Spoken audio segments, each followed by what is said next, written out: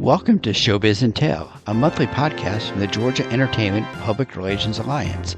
And now, here's our podcast. Welcome to SHOWBIZ TELL, the podcast where public relations professionals deliver a backstage pass and we uncover secrets to success in the entertainment industry. Our guests share their show-stopping moments, their business acumen, and stories of their adventures from screens and sets and stages and concert halls.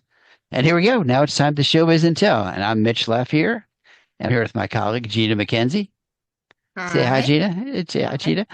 And with us today is Josh Lee with the Trilith Institute. And I'm going to let Josh explain what that is in more detail. But I stole from your website and I read that the Trilith Institute is a nonprofit that's dedicated to the discovery, development, and professional advancement of storytellers who inspire the world. So welcome. So we like to start with kind of a little bit of a show. So if you've got something cool in your office that you want to show, like I've got, stuff behind me. Do you have something cool that you want to show, Josh? I do have one cool thing that I just got. So in one of our big initiatives, we are partnered with Clemson University. And as a gift I got from Clemson is a signed Trevor Lawrence, obviously Clemson quarterback who won 2 national championships, I believe, with Clemson. And so now I have a Trevor Lawrence poster that goes in my office to commemorate the partnership with them. That's great. Are you gonna get like a funky frame, or are you just gonna do the kind of the simple frame there? I think I'm going to just go with a simple frame. I think that matches the beautiful cinder blocks behind me. I was at a brew house. I was at a Monday Night Brewing the other night, and they had this frame picture like of Godzilla, but it was in this like really ornate wooden frame. I was like, okay, that's kind of cool. So something different. All right, so I digress. But so Josh, tell us a little bit first about what is the Trilith Institute? What's it all about? I'd love to, and thanks for the opportunity to speak to it today. I often like to talk about the film industry first because it tees up what we are doing at the Institute. So specifically, I talk about the film and television industry that exists in Georgia, which has been, as you hopefully know, very robust. Number 3 in the nation, number 5 in the world for just number of productions that are coming here to shoot. Huge numbers of economic impact, huge numbers of productions that are here. But the one thing that Georgia has always been missing is original content, original storytellers. Georgia has been a manufacturing plant for the companies like Marvel and Disney, et cetera, that are shipping their content here to be made with the incentive, the infrastructure, the workforce programming, that's all exceptional, but then it's shipped back to leave the state. So at the Institute, we're very focused on building this full and complete ecosystem where we're training, where we're helping groom and we're helping professionally advance to the point that you said earlier, the folks that want to be in the industry here and stay in the industry here and to tell Georgia stories and to represent Georgia voices. Yeah, it's all sorry, about that pipeline you mentioned, Josh, because one of the great things about you is Trilith Institute really does take folks along on the journey from developing the script all the way through. So, I mean, that's something we can get into, but that's one of the things that I think it makes it really special and unique. Well, and that's our biggest strategy here to everything that we're talking about, Mitch, so that we're not so dependent on the Marvels. Instead, we're telling our own stories and having our own content here. And our strategy here is to build that full pipeline. Some call it cradle to grave. You could call it K to MFA. But really, we're doing programming, access, opportunity, resources at all levels, literally starting with 2-year-olds. We had a 2-year-old workshop last year, all the way to professionals with professional training. And then we're also creating the jobs at the same time. So some educational platforms might train folks and then send them to the workforce and say, good luck. We're trying to do both here, where we're simultaneously working on the training while simultaneously creating content, creating projects where we're helping create jobs and launch careers in this industry here. So what's your secret sauce? How is the business model for the Trilith Institute unique, and how do you think that's helped you be successful in the industry? Yeah, well, really, as I'm saying, I think the secret sauce is that we're doing both. Like most programs that are doing training are training and then trying to place or saying Godspeed, good luck, we are simultaneously trying to create the jobs that exist here, so that while we train people in professional education, or while we train folks in the high school summer camp space, they can take courses with us, go along this pipeline with us, and then hopefully leads to careers that keeps them here. And again, the idea here is we want to represent Georgia writers, tell their stories, make their projects, all that it's systemic, meaning all to support all parts of that pipeline that I'm discussing. So to me, that's our secret sauce, in that I don't feel like there are models of folks that are doing this same type of approach, where we're not only just training the next generation, but we're also creating jobs for the next generation, all at the same time. Yeah, I feel like at some point a few years ago there was a little bit of overlap, if such in some cases, within some entities within Georgia's film industry. That was like there were two organizations that were representing the screens and Yep.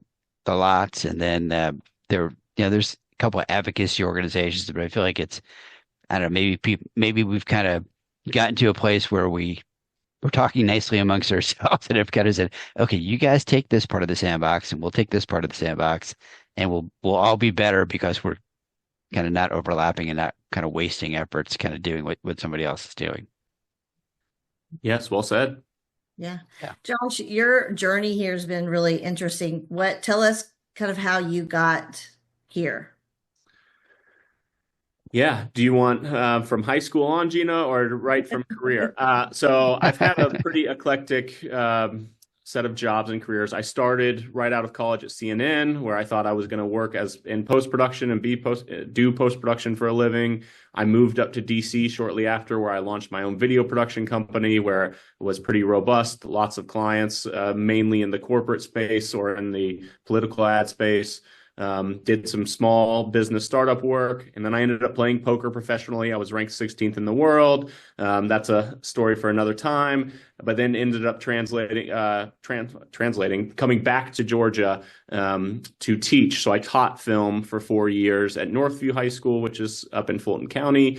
Won Teacher of the Year there. We won state and nationals in film. My students were making projects at the national level.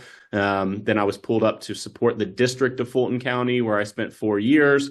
I helped build their television station, Fulton County Schools Television, had a staff that was out doing projects, and I was supporting the 17 different film programs that exist in Fulton County. And then from there, I started working at the Georgia Film Academy, where I spent 4 or 5 years helping lead the state's workforce program, where I first started all of their high school programming from the ground up. And then I came to a more leadership organizational level, where I was helping grow the organization holistically. And then from there, Jeff Stepikoff and I saw this need and this gap to help Georgia holistically grow. And so we left the state working for the Georgia Film Academy to now come lead in the Trilith Institute, which is really standing on the shoulders of that work in partnership, where now we're focused more on a above the line area to help the writers, the directors, producers have opportunities to stay here in Georgia. And obviously, since you're using the Trilith name, there's a relationship with the studio and the town. How does that work? Yes. So even though we're a different entity, we feel like we're brothers and sisters with these organizations down here. So we work together collectively a lot, lots of organizational meetings. Gina, anything you would add to that as far as the Trilith entities that work together? Yeah, I do think that it's pretty collaborative. I think we really do try to figure out how we can lift each other up, and how does each entity feed in the other from different partnerships and more. So I do think it's a great organization to be a part of. There's some examples, Gina and Josh, that you can give of some upcoming programs that folks should know about. Yeah, we have a lot of exciting programs. Right now, in October, we are in production of our Emerging Creator in Residence Season 2. So we have a very awesome program called Emerging Creator in Residence, where we pay for an artist to live at Trilith, and we help them make their project. We finished our first season about a month ago. First season of this about a month ago with Ebony Blanding, whose film premiered at Bronze Lens. It was nominated for Best Picture at Bronze Lens Film Festival. and we made a feature with her. Now we're working with a young man named Christian Noel, and we're making his pilot down at Trilith. And we're planning to do this year after year, where we're making the work of a young professional, and it ties into that entire pipeline that I'm telling you about. We're very focused on our summer camps as well, which have been a big part of what we do every year at the high school level. And we also have college programming, including a semester at Trilith program that we're really excited about coming to fruition this next fall of 2026. Josh, what has been your toughest hurdle in your career so far? And then we've talked about kind of what got you here, from poker playing to teaching, et cetera. But what would you say your toughest hurdle to overcome has been? In my own personal career, I'd say the toughest hurdle was poker. It's actually somewhat of an interesting story because I was very successful in poker playing. In 2011, the government came and seized the 3 biggest poker websites at the time. Mine that I was playing on was charged with a Ponzi scheme. They had been spending all of the money that they had been receiving.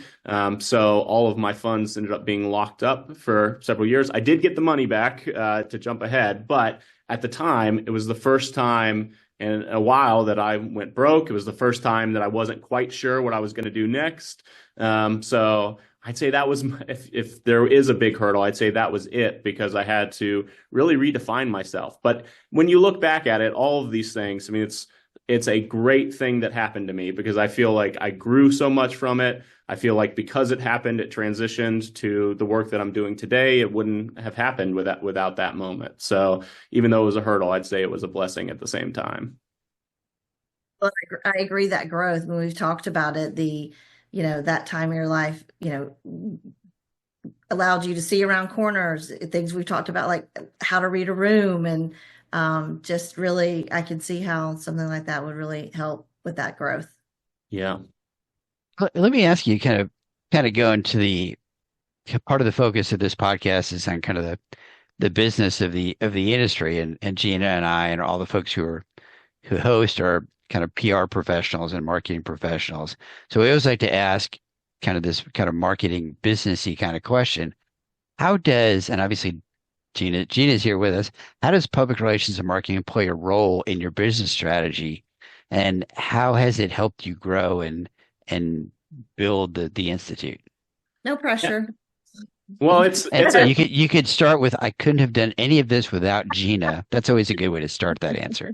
Well, it's true, Mitch. I mean, it's such a vital part of all that we do. I mean, especially we are still a startup, but we started just over 2 years ago. So trying to launch a new company that has training, that does filming, that's trying to do these aspirational goals and drivers for the state needs a great PR and marketing team. So thank God for Gina McKenzie, who's been here doing our PR. And we have a great internal marketing person as well on our team who leads a lot of our marketing efforts too. But a lot of it's been grassroots, and it's been absolutely necessary for the work we're trying to accomplish. I mean, getting the word out on all levels, and it's more than just enrollment, but it's the brand, and it's getting partners and collaboration across the board to all synergize and come together. So it's a vital part of what we do. I think it's interesting sometimes people forget about, they focus on a very general audience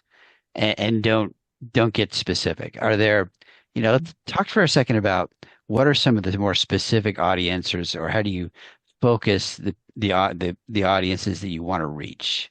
Yeah, well, and it varies by program and initiative for us specifically. So I was telling you about the pipeline, and at each level of the pipeline, we have different types of programming and outreach. So at the K-12 space, we have summer camps, we have workshops, we have an initiative called Day Playing, we have an initiative called Bonus Features. At the adult level, we do workshops as well, pro ed classes. We do things called Dinner With series. We have a group called Writers Room of Georgia. So the point to all of this is that each of these initiatives actually have its own unique target audience, which I would imagine creates challenges, because you've got to, For pro ed, you're sending it to a specific niche audience. For summer camp, we're trying to get high schoolers and their parents. For our emerging creator and residents, we're looking for aspiring professionals that already have some training or experience. So Gina makes it look seamless, but I imagine it's a challenge to hit all those different target groups. Well, and that's always, and that's a great thing for folks to hear, is you don't always have to hit everyone, right? Mm. If you hit 100,000 people, but 99,950 of them are people who would never buy your product, then you've just wasted 98% of your marketing Right. efforts. Where if you really focused on, like for example, the summer camp, you're looking at moms and kids. You're not looking at necessarily a business audience or a consumer audience. You're looking very specifically at an audience that's going to make that decision. So it's smart that to kind of think and focus that way. And sometimes marketing tends to be too broad brush and not specific enough. Well, we do, as Josh was saying, Trilith Institute does have so many programs and initiatives that, it's like a candy store, honestly. There's so many things to talk about. So really thinking about what is that strategy? What are our priorities? What do we call them? Tent poles? What are the things that we, really want to make sure that we're pushing? And then there's all these other little nuggets that kind of go along with it. So that strategy piece is really important. And that's, where Josh, comes in and, sort of sets that plan for us so that we can, drive forward. And it's worth mentioning, Gina has a huge background in the television and entertainment industry, right, Gina? I do. Yes, I've Uh, Go lots. ahead. Give us the 30 seconds of Yeah. why So my Gina's the yeah. my background started at Turner when it was still Turner, TNT, TBS, and Turner Classic Movies, and I spent about 20 years there. I was a baby when I started. I was like, I grew up there. 7 years old, I know. Yeah. And, and then from there, I left at the end of 2014 and have been very lucky, Mitch, to have, you know, had you to also help guide me along, as well as some of our other colleagues. And, I've really had some great clients along the way. And Trilith Institute, I've been working with Josh for a little over a year now, and we keep continuing to see the growth there. It's just a really exciting time to be working with. I mean, I know Josh said they're a startup, but there's so much, going on there right now, and it's really a gem of an organization. Excellent. So, Josh, we always like to give a little advice for people looking to break into the industry, especially in a time when it's a little bit challenging to break into the industry. What advice would you give, younger people who are either graduating high school or graduating college or thinking, I want to be in this industry somehow? Yeah, well, I would find programs like the Trilith Institute, honestly. I mean, this is why we exist, is for those folks that want to break into the industry. We have a pipeline of opportunity and resources. And to your question and point, it would probably depend on what type of area. The Georgia Film Academy is a great resource for those that would like to enter the below the line trades. But if you're looking to be a writer, director, producer, actor, those types of crafts, this is where we really specialize, and we're working to build that part of the ecosystem and pipeline. So if you're a young professional looking to stay in Georgia and break into the industry, there are really great programs that exist here for you that you can take advantage of. And I think what's also great is the way that, for instance, our professional ed is set up. We have virtual classes, we have in-person classes. It's if a kid's in college and they want to sort of just enhance what they're already learning, they could take an additional class with us. If someone wants, just that continuing ed, we have that as well. So we've kind of had a little bit for everybody that's looking to break in or really polish those skills. Yeah. And Mitch, I can't resist to tell you that I would also be encouraging them to practice their craft on their own as well. So if they want to be a writer, they should be writing all the time. If they want to be a camera person, they should be out with their friends doing camera work. So it again depends on the craft and trade, but the opportunities exist here. That's great advice. And I tell folks, especially, sometimes I'll get calls from people who don't necessarily have public relations experience, but they want to get into it, but they don't have a portfolio. And I'll tell them, write stories. Video, as you said, video. Write it if you want to do content creation, do some video, create something. You don't have to, that era of having a big fat binder that you pop on somebody's desk and say, "Here's what I do." Now it's easy enough to create your own website and say, "Here's my portfolio. Here's what I do." And it doesn't, if you want to break into PR, you don't have to if you haven't written press releases before, just go write some. If you want to do freelance writing, go pick a topic you love and go write about it. And then you've got a portfolio. If you're looking, one of the interesting things is, we've been reading a lot about AI and some other technologies. What do you see in the technology space as the technologies that are going to really impact the future of entertainment? Yeah, I mean, I think it will impact it, but I think in a good way, in that it should be a tool and a resource for us as opposed to replacing anything. To me, it's more about figuring out the best way to utilize it as opposed to thinking about it as replacing what we do. Anything else that you're seeing from the communication side about? Yeah, I mean, I think, everyone has access to it, but I think we all have to figure out how to use it, right? And use it responsibly. And I think, to Josh's point, using it to support and enhance some things is great, but it shouldn't be replacing your critical thinking and creative thinking. So I do think it's something we can't ignore, and really probably should be using, but it's something that's not going away.